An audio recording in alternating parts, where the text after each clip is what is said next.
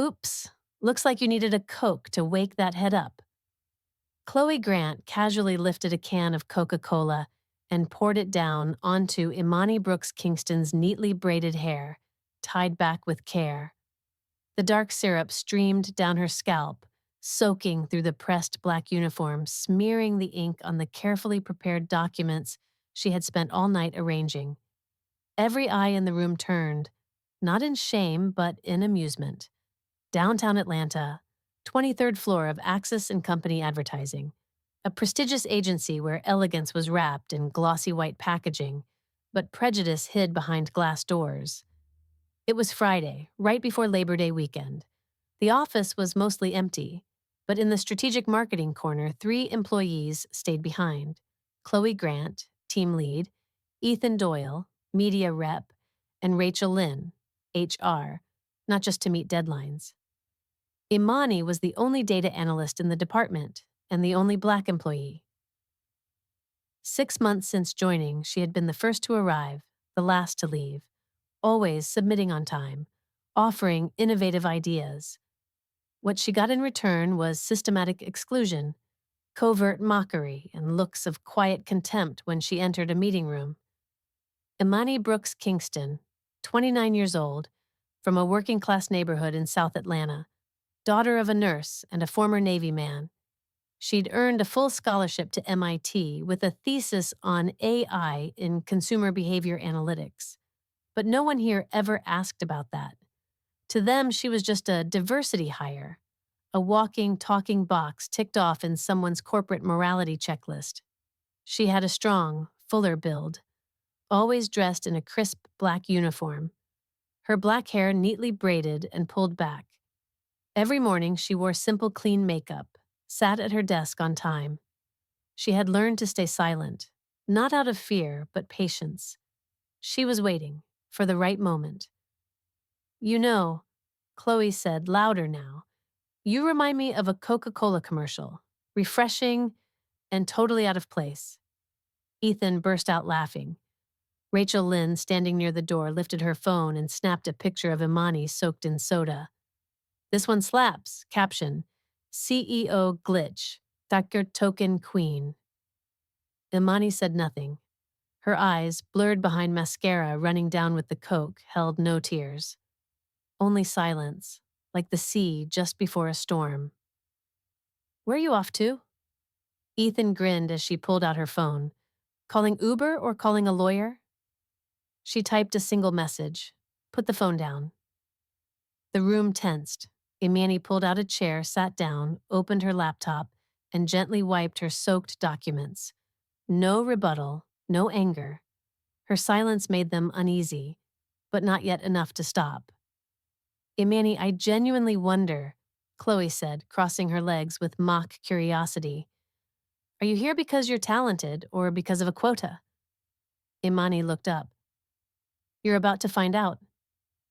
Wait, what? Rachel frowned. And then, ding! A sound from the executive elevator. A chime only the highest level personnel could activate. No one outside the C-suite had access to that floor. Unless 3 security guards stepped out first, dressed in black suits, earpieces in place. Behind them walked a tall black man in a perfectly tailored Tom Ford suit, his eyes sharp and cold as steel. His face had graced Forbes, Bloomberg, even Time magazine. But no one here ever expected to see him walk through these doors. Carter Kingston, Chief Executive Officer and Chairman of Kingston Global Ventures, the controlling shareholder of Axis and Company, Advertising, and Imani's husband. Imani, he called, voice deep and commanding. Are you all right? The room fell dead silent. Chloe dropped her pen. Rachel froze.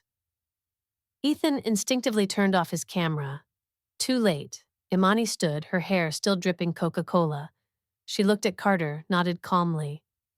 I'm fine, it's time. Who are these 3?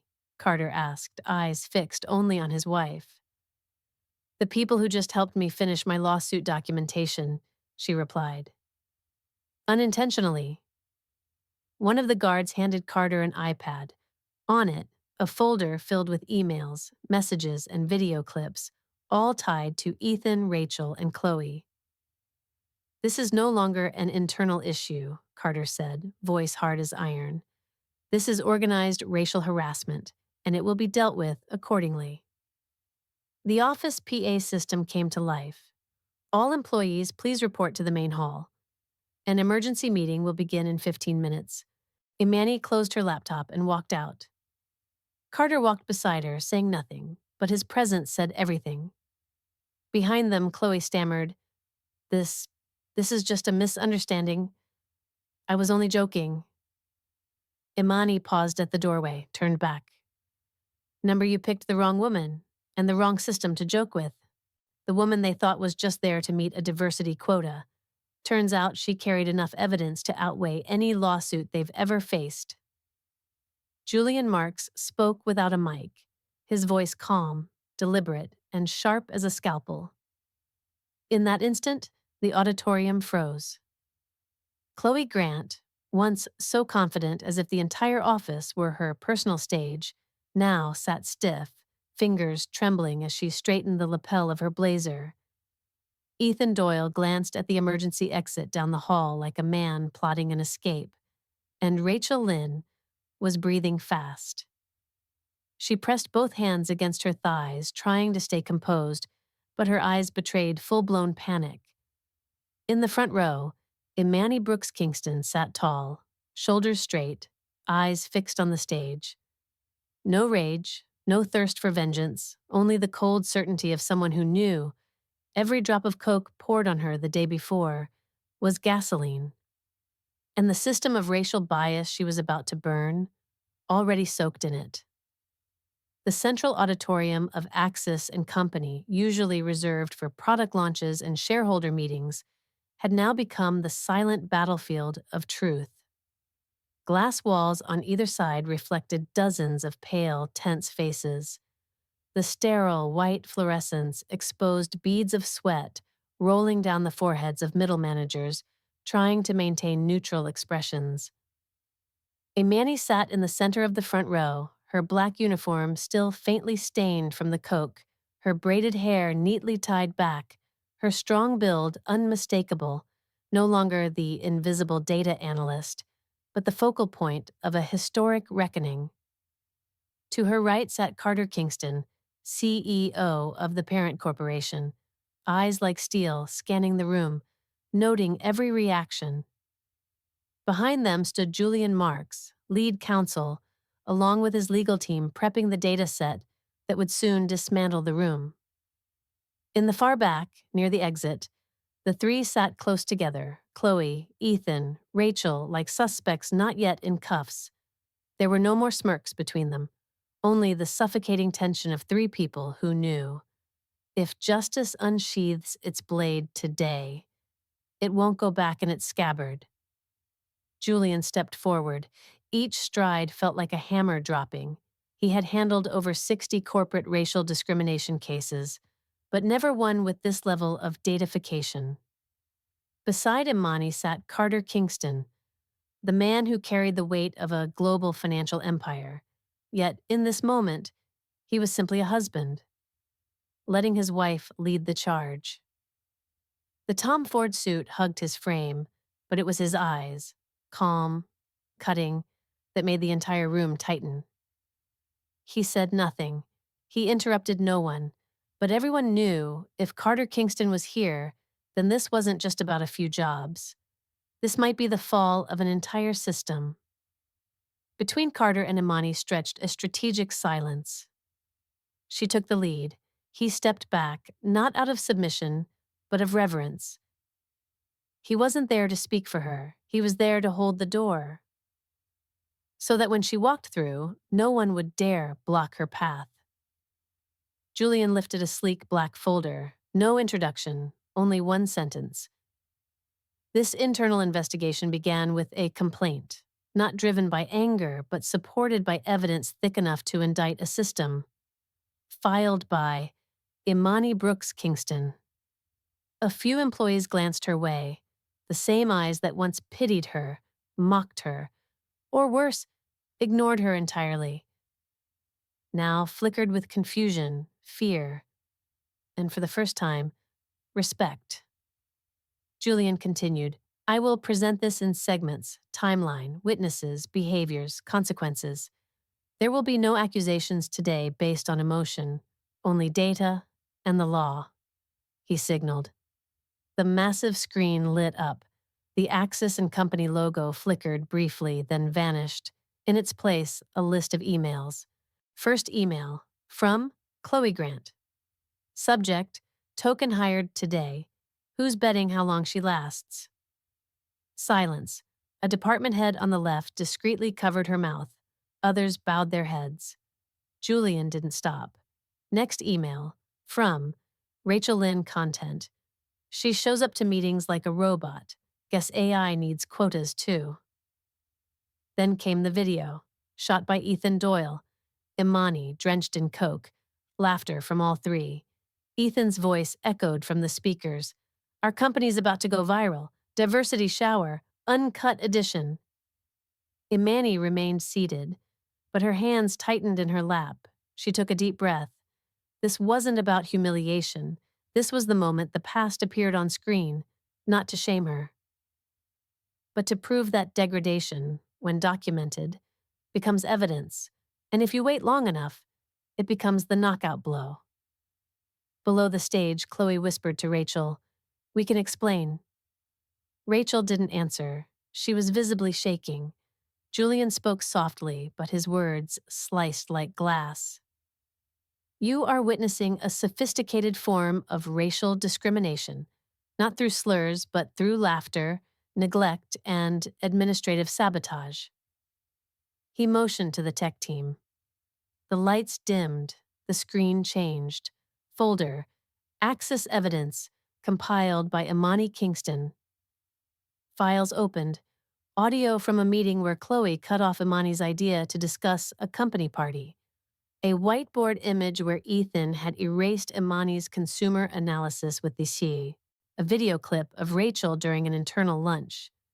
If it weren't for quotas, she'd probably be teaching math in some poor neighborhood. Julian's voice flattened, deliberate, like reading a charge sheet. What we are seeing is systemic behavioral harassment, silencing opinions, isolating with language, defaming through internal chat, and destroying professional credibility. Carter remained silent, but his eyes locked onto Chloe and the others like a hawk.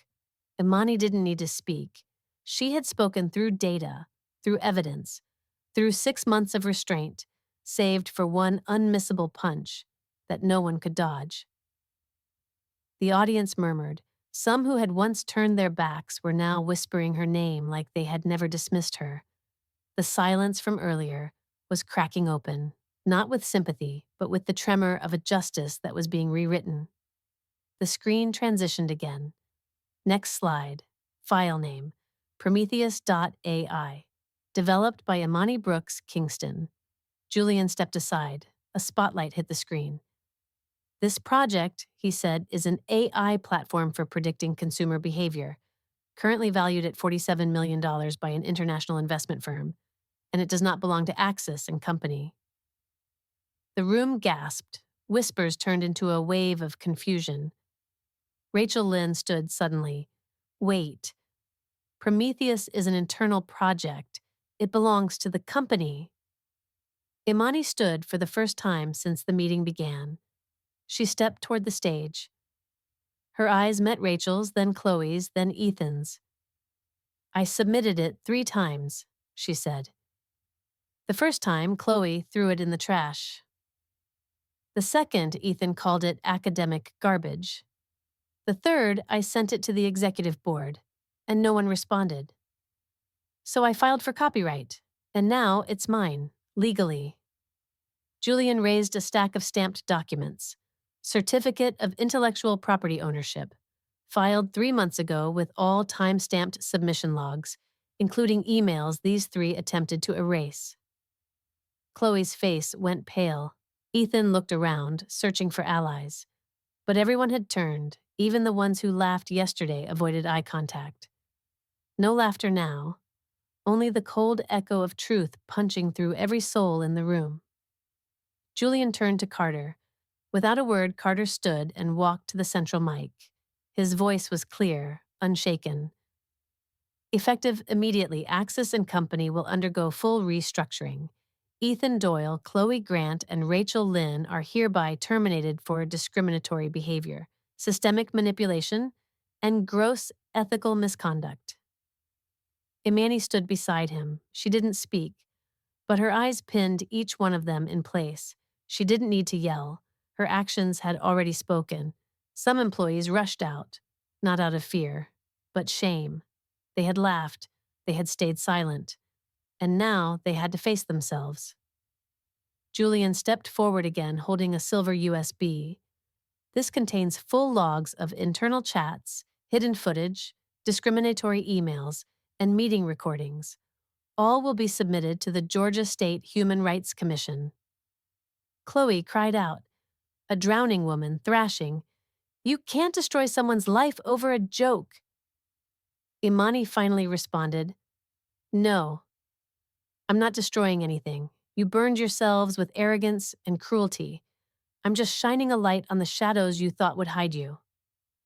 The back doors opened. Miles from IT entered, holding another USB. "We're not done," he said. "Elite Axis chat log, the deleted internal chat group from 3 months ago.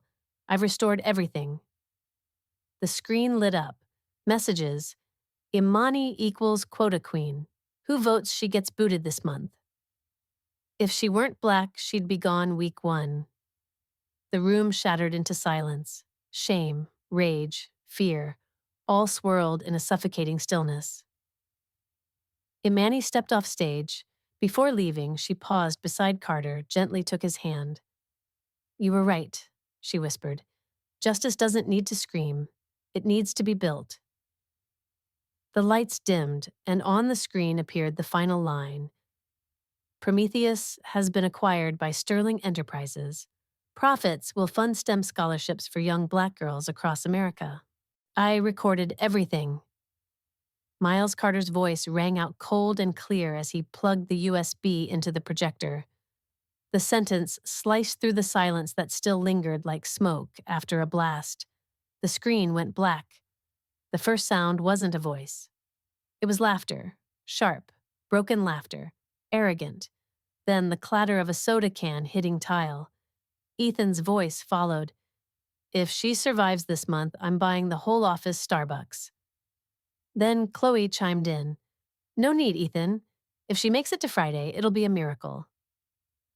A desk slammed. Rachel's voice cut in, cold, surgical. "Don't report anything to HR. Let it play out naturally, a kind of natural selection." In the dim auditorium, every word landed like a slap across the face. And through that stunned silence stood Imani, the woman who had kept silent for 6 months. Now unmoving, like a warrior letting her enemies expose themselves. Axis and Company's central auditorium was no longer a glossy conference space. It had become a courtroom. From top execs to interns, everyone was witnessing justice, delivered not through speeches but through data.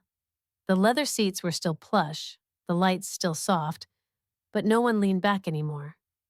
They were hunched forward, eyes locked on every line of chat unfolding on screen, as if reading verdicts written for their own fates. Miles didn't say a word. He simply clicked through the slides. With every transition, another mask fell. The chat logs displayed weren't just Chloe's, Ethan's, or Rachel's. New names appeared. People thought to be quietly neutral, exposed as silent enablers. And at the center of the room, Imani stood, still. No one had asked her to speak, but every eye in the room was trained on her, waiting for a nod, a reaction, a gesture of forgiveness that she was under no obligation to give. For the first time, Miles Carter, the IT specialist, stepped into the light as a main character. Once just the guy from the server room, only summoned when the Wi-Fi blinked. Today, he was the one pulling the lever to collapse an empire of silence. His eyes were sharp, voice low, words crisp. He didn't record everything out of curiosity. He did it because he knew One day, the data would need to speak for those who weren't allowed to. In the seats below, a few who once mocked him as the brown nerd from the Bronx now lowered their eyes. They had said he didn't look the part to represent IT. They had ignored him every time Imani walked by and was mocked. Now they couldn't meet his gaze. And then Marcus Chun walked through the main doors. Lead counsel for Sterling Enterprises, a folder with a red legal seal in hand. His face showed no anger, only precision. He was the end of the chain of evidence, the legal blade waiting to be drawn. When the final video ended, Julian Marks didn't have to ask anyone to rise. The tension did that for him. These internal messages, Marcus spoke, are not merely offensive. They are evidence of deliberate creation of a hostile work environment, with coordinated group collusion. A man jumped up from the third row, creative director under Chloe's team. I didn't know it was that serious. I thought it was just jokes in a closed group. Julian turned to him. The law doesn't measure intent, it measures impact. Then Carter Kingston stepped forward, eyes sharper than ever. We will conduct a full audit of internal data. Anyone involved in the Elite Axis chat, or who stayed silent while witnessing discrimination, will undergo an ethics review and face consequences accordingly. His words weren't a statement, they were a final sentence, a point of no return. As the room sat frozen in tension, Miles quietly advanced to the next slide, an internal network diagram. Dozens of names appeared on the screen, linked by messages, emojis, replies. Not just Chloe, Ethan, Rachel, but also mid-level managers who had nodded along silently or indirectly approved. Julian stepped forward, pointing. This is the internal information map of the Elite Axis chat. Each interaction is evidence, not only of complicity, but of prolonged, passive endorsement. A woman from finance stood, voice trembling. I didn't know what to do. If I spoke up, I'd have been pushed out. Imani looked straight at her. No judgment, only the gaze of someone who knew what it was to be alone. But this time, she didn't let emotion speak. She turned to Carter. We don't just need punishment. We need to rebuild the system. Carter nodded. Marcus opened his file. I propose a reform committee, staffed by those once excluded from priority groups. Let the silenced become the new voice. Imani stepped onto the stage, for the first time, not as a victim, but as the architect of change. This isn't just about me, she said. This is about everyone who was ever dismissed because of the color of their skin, their accent, their zip code, or their SC. Marcus approached the podium. He announced a new audit. Every employee will now be evaluated, not just on performance, but on ethical conduct, internal behavior, and team integrity. Heads bowed, glances were exchanged, but no one objected, because they all knew. The rules had changed. Miles plugged in one final USB. This, he said, is the Equal Oversight Protocol, an AI system based on Prometheus. It detects patterns of bias and inequality in real time. Imani nodded slightly. We can't monitor hearts, but we can set limits on behavior. Carter turned to the room. Starting tomorrow, every company under Sterling Group must sign a transparency and equity pledge. No pledge, no contract. Imani stepped off stage. She held no medal, no certificate, just a single reform proposal, simple, clean, but powerful enough to shake an entire industry. Before leaving the room, she turned one last time to her former colleagues. I don't want to be honored. I want to be heard. And from today on, I'm no longer the only one saying that. Someone who had stayed silent finally spoke, but her words weren't meant to save anyone. They were a confession.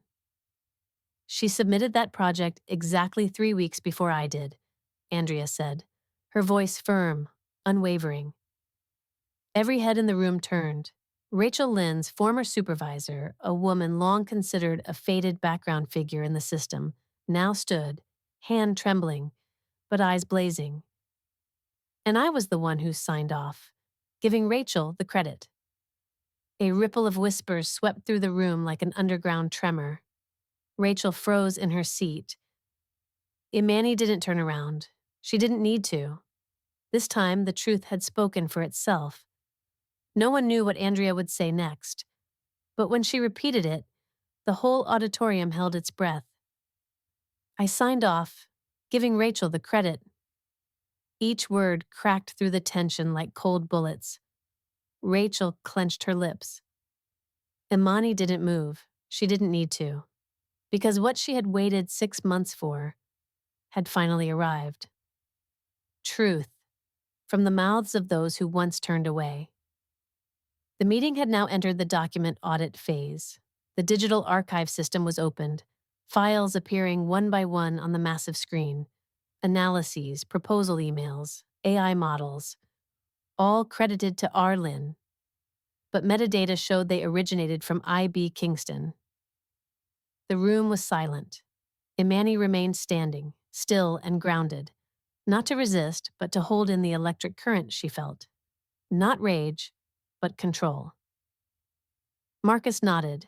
Julian Marks presented the evidence chain. Metadata authentication confirms. These documents were created on the computer of Imani Brooks Kingston. The originals still hold the initial timestamps. A small sob escaped.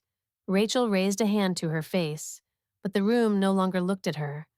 All eyes turned to Imani, not with pity, but with a quiet respect. Andrea, the quiet manager who had remained in the shadows, had become the unlikeliest of witnesses. She had never been the type to intervene, but this time, she stood in the center of the room holding the original printed proposal. Imani sent me this file at 2:13 a.m., March 4th.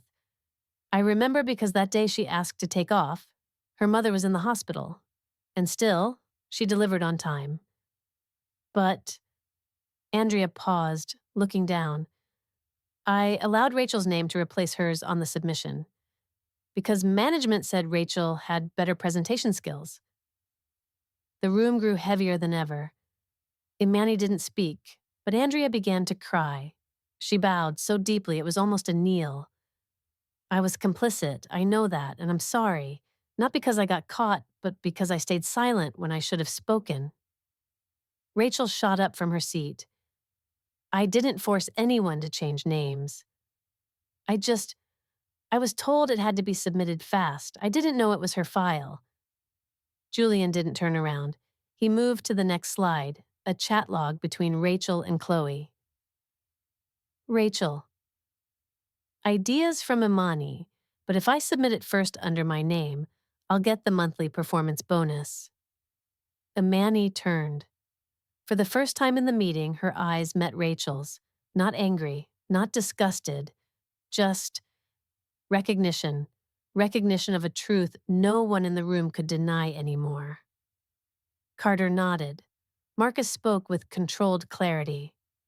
According to corporate ethics and intellectual property policies, claiming another's idea for advancement constitutes a serious violation. Rachel Lynn, you are suspended pending full investigation. Rachel collapsed into her seat. No one moved to catch her, and Imani didn't need to win another battle. She had just reclaimed the most priceless thing of all, her worth. Imani stayed still, not frozen, focused. She wasn't listening for excuses. She was witnessing the unraveling of a truth that had long been distorted. Marcus advanced to the next slide, a 2023 internal project timeline. Each project listed its initiator and lead contributor. Imani's name appeared in almost every data entry phase, but the summary slides of credit and accolades? Only one name, Rachel. Julian's voice hardened. In the past 8 months, at least 5 strategic proposals from Imani had their authorship changed before reaching HR. A senior HR manager raised a hand. We had no knowledge of name changes. All documentation came from middle management. Andrea, still shaking, held up the original printout. They used the drafts with Imani's name.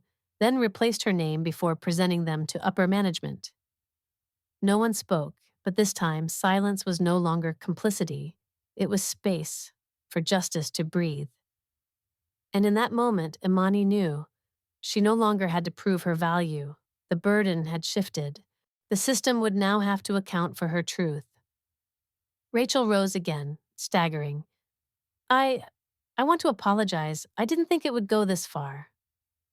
Imani looked up at her, voice steady as stone. This far?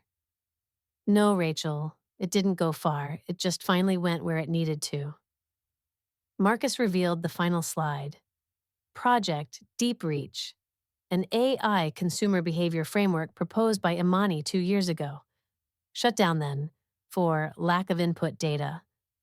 Now recovered, its original framework fully embedded in a new proposal, presented by Chloe. The room held its breath. Julian stepped forward and announced, "We will be launching a full investigation into the chain of idea manipulation. Not just Rachel, but any manager involved in unauthorized transfers of intellectual ownership." Carter walked to the control table, his voice clear, slow, final. Starting today, Sterling will implement an internal blockchain system to track the origin of all proposals. No name changes, no ownership claims, no edits, without multi-tier verification, including the originator. Julian added, "The system will apply retroactively across the past 2 years. All promotions connected to disputed projects are now officially paused."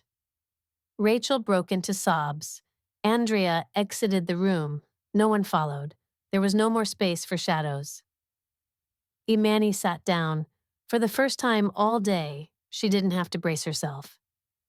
And for the first time in her life, she felt recognized without having to shout for it. As the meeting ended, Carter stepped into the lobby with Imani. He said nothing, just handed her a folder. On the cover, new organizational structure. Proposal, Director of Strategic Initiatives. Imani looked at him. No words were needed. She understood. This wasn't a reward, it was an invitation to rebuild the foundation, using her voice, her value, and the silence that once made her invisible. On the large LED screen in the lobby, a notice lit up. Axis and Company has officially launched the transparent IP recognition system. The first to have her stolen contributions fully restored. Imani Brooks Kingston. But justice, once awakened, doesn't stop on the ground floor. It climbs, all the way to the top floor, where people in bulletproof glass offices give cold orders with a nod. And justice? It just learned how to knock. What you've seen so far is just surface. The real one pulling strings is still sitting upstairs. Julian's voice cut through the silence, eyes fixed on his laptop screen. The room froze. No one dared breathe. Those who thought the storm had passed, with terminations issued, files exposed, now realized they were sitting on an unmarked minefield. Imani looked at Julian, a rare flicker of surprise crossing her face. "There's someone else?" Julian didn't answer right away. He simply cast the name on screen. Nathaniel Greaves, Vice President of Strategic Affairs North America. His face appeared, sharp, polished, like he'd walked off the pages of a Fortune power spread. But behind his eyes was absolute control, and the entire room felt its chill. Carter, despite being the controlling shareholder of Axis and Company and chairman of Kingston Global Ventures, had maintained his role as a restructuring executive. But today, he didn't walk in as Imani's husband, or the top investor. He walked in as a declaration of war against a system that had erased them. They were summoned to the top floor, the executive tier, off limits to most. Room Executive 7, bulletproof glass walls, imported walnut conference table, LED screens embedded in the paneling. Carter, Marcus, and Imani were invited under the pretense of reviewing legal implications of internal reforms. But the moment the doors sealed shut, they all understood. This wasn't a meeting. It was a veiled warning, a strategic ambush dressed in protocol. Nathaniel Greaves sat at the head of the table, fingers laced. He didn't rise, he didn't offer a handshake, he simply smiled. Seems we're venturing a bit far beyond the boundaries of corporate culture. I've been asked to step in. Marcus chuckled softly. Step in or cover up? The air thickened. Imani stood behind Carter, calm, unafraid. She had expected this moment to come. She just hadn't expected it so soon. Nathaniel wasn't a stranger to the three facing him today. Carter had once worked under him during a merger back in 2018. Marcus had clashed with him in a gender discrimination case that was eventually buried.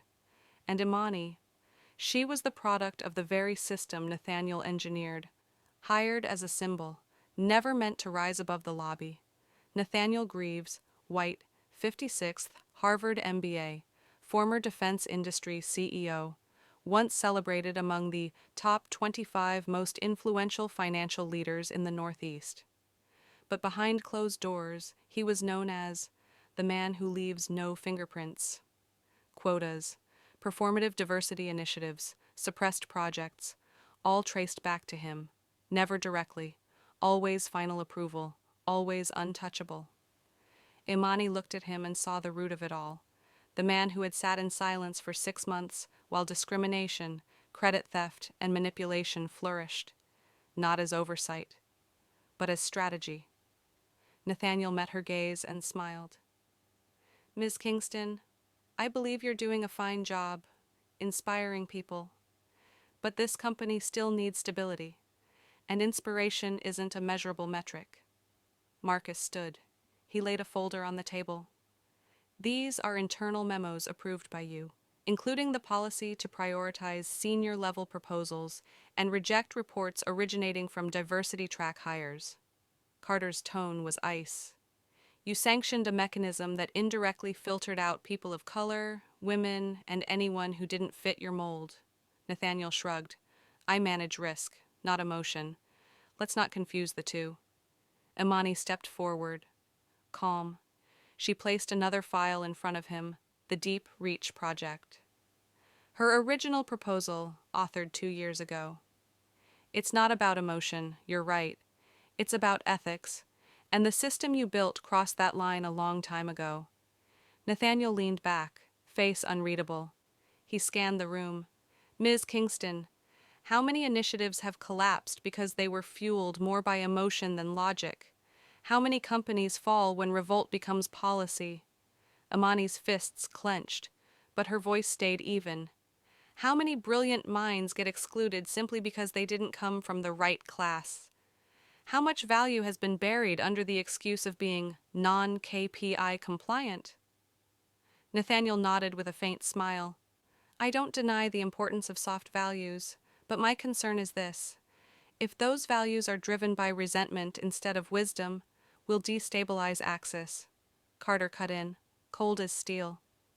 Number. We'll create a just Axis, and if justice makes you nervous, then maybe you're sitting in the wrong chair. The tension thickened.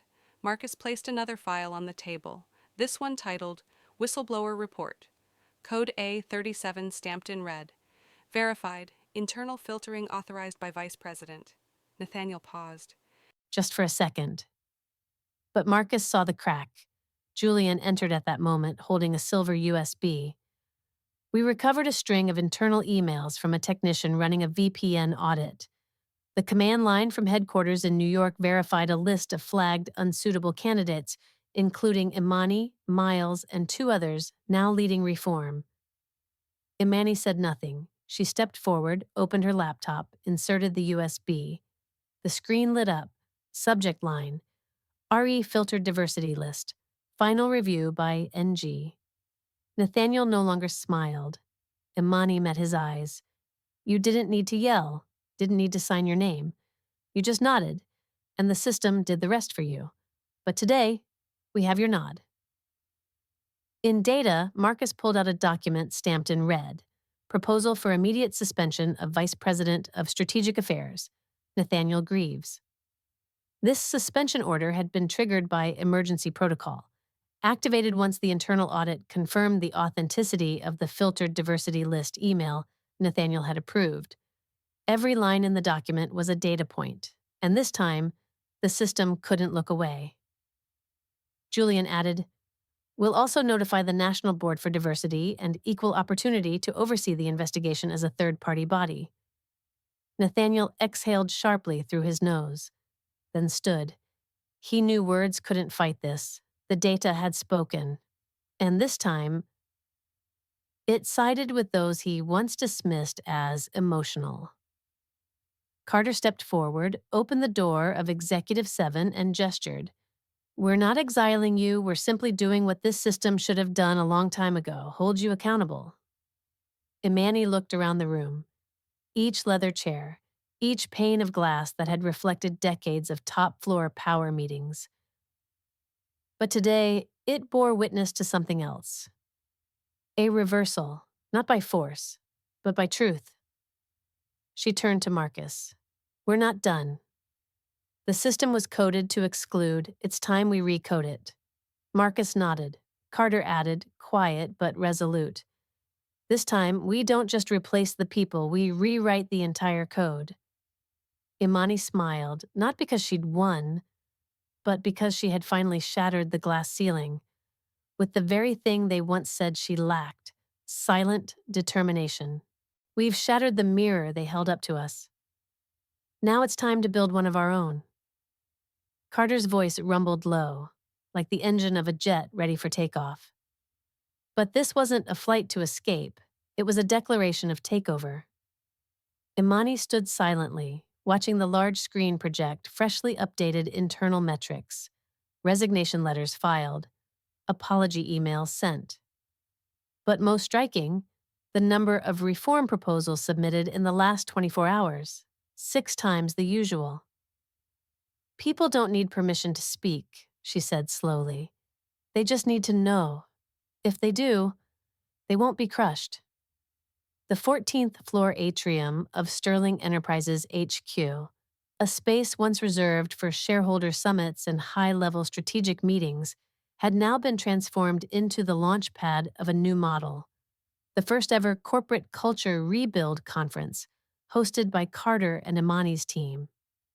Representatives from every branch, New York, Seattle, Dallas, were present. A massive LED screen glowed with the message, "Recode, rewriting the system from within." No one wore suits. There were no hierarchical name tags. Everyone sat in circles, eye to eye.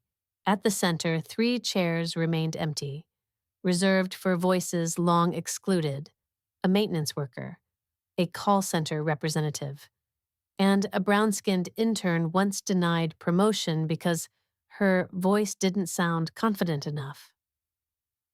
That day, a new voice emerged from the shadows. Ruth Alvarez, Executive Vice President of Legal Affairs at the parent company, a graying Latina woman, voice sharp as scissors, and once a silent signatory to the very policies Nathaniel had implemented. "I didn't sign because I agreed," Ruth said, stepping up to the mic. "I signed because I thought fighting back was useless. But today I speak for one reason. I was wrong." Imani watched her, not with forgiveness, but with understanding. They had once stood on opposite sides of the system, but now, those who had signed the papers were the ones tearing them up. Carter took the stage. The screen behind him flickered to life. Slide 1. The internal filter, the invisible architecture of bias. Charts revealed how hiring, promotions, and rewards had been influenced by hidden variables: names, schools, zip codes, the depth of one's voice during interviews. A senior HR director from Dallas stood to object. "We don't discriminate. All assessments are based on performance." Imani stepped forward, her tone calm but surgical. "The problem isn't your standard. It's who you decided qualified for it from the start." No one replied, but every gaze shifted. For the first time, the system itself was under scrutiny. And not by outsiders, but by those it once buried. The atmosphere in the hall was taut, not hostile, but dense with reckoning. Everyone present knew this wasn't just a meeting, it was the precipice of history. Carter moved to the next slide, reevaluating the culture of performance. A new metric, not just what did you accomplish, but who did you help accomplish something? Imani stepped in. She told the story of Joel, a janitor who quietly fixed the Ethernet cables on the 12th floor every week, unnoticed. No strategy works, she said, if the foundation is neglected. A regional director stood, gray-haired, deep voice, trembling hands. I once dismissed people like Joel, called them outsiders. Today, I realize I was the outsider. Marcus approached, holding a thick folder. He didn't speak immediately. He simply held up the cover, the old Sterling Enterprises logo. For 34 years, this symbol stood for stability, but over time, it became a statue, unmoving. He opened the folder. Inside, a formal proposal. Dissolve current evaluation structures. Replace with multidimensional, transparent, non-anonymous peer review. A murmur rippled through the crowd. Not resistance. Amazement. Ruth stepped forward. I will back this proposal and I'll be the first to submit myself for reevaluation. The energy shifted. No longer a meeting. This was an earthquake. Power culture laid bare, and the ones once holding the knives were slicing through their own armor. Carter nodded to the tech team. Lights dimmed. The final video played. Faces of employees from across the organization, telling stories of being undervalued, dismissed, or sidelined for being different. No drama, just truth. A young intern's voice rang out, I used to think I was too sensitive, but I wasn't. The system was designed to make me feel that way. Imani wiped her eyes, not from weakness, but because, at last, the quietest voice had been given the loudest mic. As the lights came back on, no one waited. People stood. One clapped, then another, then the whole room. Carter stepped into the center of the circle. There's one last thing I need to share. He pulled out a red envelope, an internal memo from the Sterling Holdings Board. Kingston Global Ventures has been granted full strategic control over the Sterling Enterprises ecosystem. This is no longer a pilot. This is now official reform. Imani took his hand. No words needed. They hadn't won. They had only just begun. The final slide appeared on screen. Welcome to Sterling, 2.0A system, not rewritten by power, but by justice. We don't want to be thanked, said the brown-skinned intern, her voice trembling slightly, but her eyes steady as steel. We want to be recognized. Imani froze. That sentence, short, unadorned, unpolished, echoed louder than any keynote delivered all day. Then, the entire auditorium stood, not out of routine, but because they all knew an era had truly ended. 2 weeks after the Cultural Rebuild Conference, Sterling 2.0 officially launched across all 38 North American branches. Old meeting rooms had their glass walls removed, replaced with open spaces. Performance review forms were completely redesigned. Most notably, the bi-directional anonymous reporting system was now live, allowing employees to evaluate their managers. For the first time in company history. In New York, a special event was held, the inauguration of the Imani Brooks Data Justice Fund, seeded with $50 million from Kingston Global Ventures. Imani didn't take the stage. She stayed in the audience, giving the spotlight to 4 people who were once invisible, now leading the cultural transformation teams. One of them stepped forward. Tom Williams, a former IT tech who had defended Imani the day she was drenched in Coca-Cola. Now he was director of inclusive tech systems at Sterling, but he didn't talk about his title. He spoke about a 2 a.m. phone call from Carter. Tom, I need you to stand up, not because I'm your boss, but because if you don't stand, don't expect anyone else will. Tom's voice broke. I almost stayed silent, but Imani showed me that silence can kill a system. Media attention surged. Major outlets ran headlines like Sterling 2.0, Real Reform or PR Stunt. Some former board members demanded an investigation into the non-transparent leadership transition. Carter didn't deflect. He invited them to an open board session where all changes were laid bare: ethical, financial, and social justifications. Every number was shown, not to defend, but to prove justice doesn't need closed doors. Imani faced reporters too. One journalist asked, "Do you consider yourself a symbol?" She replied, "I'm not a symbol. I'm a product of a system that once tried to silence me. Now I'm just living proof that system can be rewritten." The open board meeting became a national focal point. The live stream drew over 1 million views within the first 6 hours. Data metrics were presented: retention rates, satisfaction levels of employees of color, internal transparency scores, comparing old Sterling versus Sterling 2.0. The difference was clear. No spin required. Carter didn't make a speech. He opened a live dashboard from the new system. "This is proof," he said, "not promises." Imani stood beside him. This time, she didn't stand behind. She placed her hand on the presentation mouse and clicked on a username: nena.b.sterling. The screen displayed Q3 Financial Reform Proposal, approved by full team. Scattered applause followed, but more importantly, were the stares. The very people who once saw her as support staff now saw her as a co-architect.